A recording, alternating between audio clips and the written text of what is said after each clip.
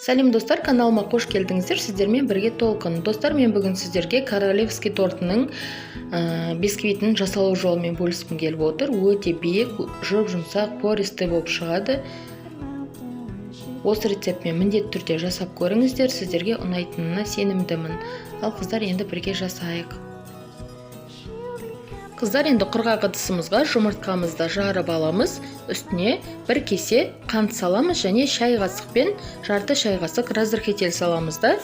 Миксеріміздің ең жоғарғы жылдамдығында 2 минут аралығында жақсылап тұрып, әппақ болып көпіріп қою болғанша миксерлеп аламыз.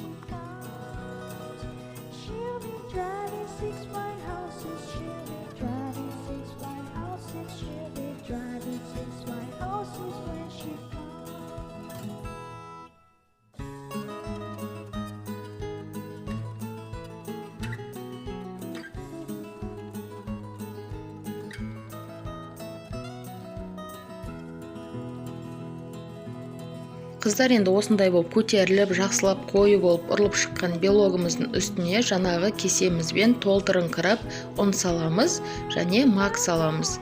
Енді жаңағы елікте өткізіп салып алғаннан кейін лопаткамен, силиконовый лопаткамен астыдан үстіге қаратып тез-тез ғана араластыру керек.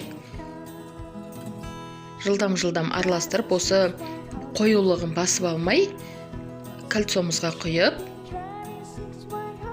кольцомыздың диаметрі 22, осы кольцомызға құйып 150 градуста 45-50 минут пісіріп аламыз.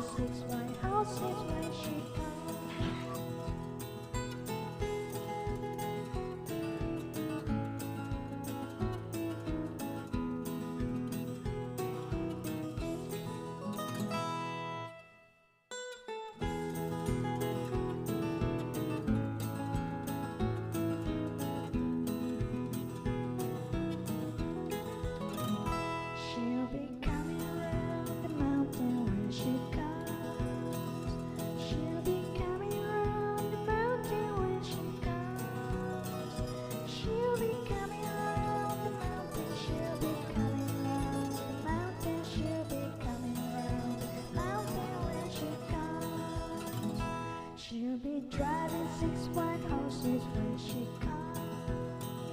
She'll be driving 6 white horses when she comes.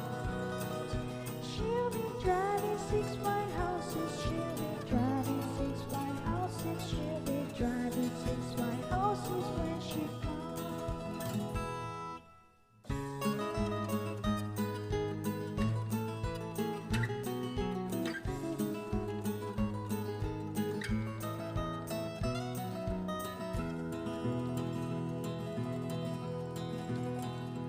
She'll be coming around the mountain when she comes.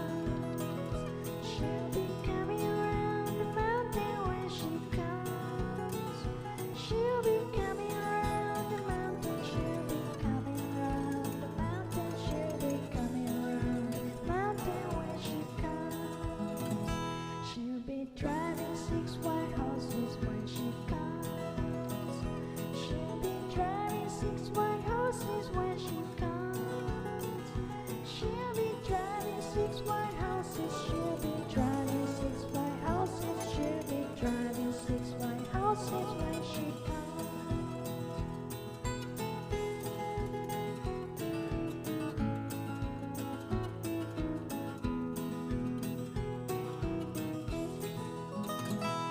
Қыздар, мінекей мен дәл осы рецептмен екі бірдей бисквитті жасадым. Біреуі грецкий орехпен, біреуі жаңағы макпен. Екеуінде жасалу жолы бірдей, тек біреуіне грецкий орех, ал біреуіне жаңағы мак қосасыздар. Енді қыздар, осы рецептмен міндетті түрде жасап көріңіздер, өте кереметтей болып шығады, пористый, биік бисквит шығады. Жақсы ұрылған белок ешқашан түсіп кетпейді. Осы кезде менің кольцомның биіктігі 10 сантиметр, міне көріп тұрсыздар қандай керемет болып көтерілгенін. Және суығаннан кейінгі менің бисквитімнің биіктігі 9 сантиметр. Қыздар, осы рецептпен міндетті түрде жасап көріңіздер. Және комментарий жазып лайк басуды ұмытпаңыздар.